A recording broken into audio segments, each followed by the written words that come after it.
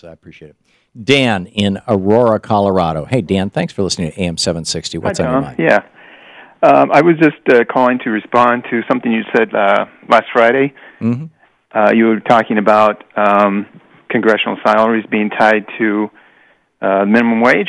Right, yeah. If we simply said, when we reset the minimum wage, that congressional salaries would be, I haven't done the math. I really need to sit down with a calculator. Well, I have done the math. Okay, great. I am running for Colorado CD4. Mm-hmm. It's going to be a hard haul. Good on you. I have to first petition on by write-in. Uh-huh. I have to get on write-in, but basically, if you raise the minimum wage to $11, right, working on a 2,000-hour year, right, 50 weeks at 40 hours a week, Congress would make about exactly what it's making now, about $176,000, if you made it 8 times the minimum wage. Oh, it's that simple. Yes, it's that simple. And there'd be no more of this automatic raises unless they vote against it. It would be, if you want to raise, help the least in our country. Right, right. And I also have a plan that the income tax will be tied to the minimum wage also. So if the wealthy want a tax break, raise the minimum wage, tax break. Huh. So you'd have an inverse relationship between the top tax rate and the minimum wage. Exactly. If the top tax rate was 100%, the minimum wage would be $10.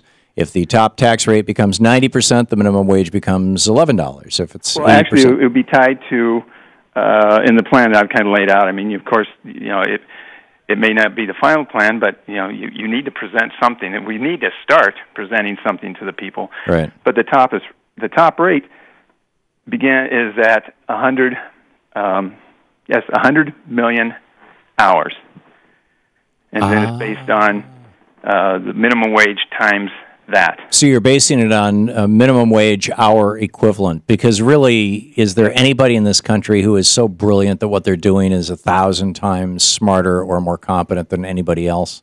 Well, that's the scary thing, that the top rate that I had put out is at 100 million hours, as that's what your work equivalent would be in the year. And there are still people making well beyond that. Wow. That ends up at being $1.1 billion. Last year, David Tepper, hedge fund manager, right, made $3.5 billion. Right, and I'll bet he made a lot of it as carried interest, which means he paid a maximum 20% income tax on it. And this is, again, why we need to do away with this carried interest capital gains thing. Sure. And here's a question for you. If David Tepper clocked in at 8 o'clock on not January 1st, it's a holiday, he'd take that off, on January 2nd, in order to make what the average family in America makes, what time would he clock out? I don't know. 8:01 and 47 seconds. So in 1 minute and 47 seconds, this guy made what the average family in America makes in a year. In a year, exactly. And how can anybody justify that? It's a scam. Yeah, and that's my whole thing. That's why I'm running. I listened to you, Tom, and you said, get involved. Dan, is there a website for what you're doing? I just put in my papers end of last week, and so I will have hopefully a website up by the end of this week. Call me back when you do, okay? Absolutely, I'll do that, Tom. We'll give you a plug. Dan, thanks a lot for listening to AM 760, and good on you for having the courage to run for political office.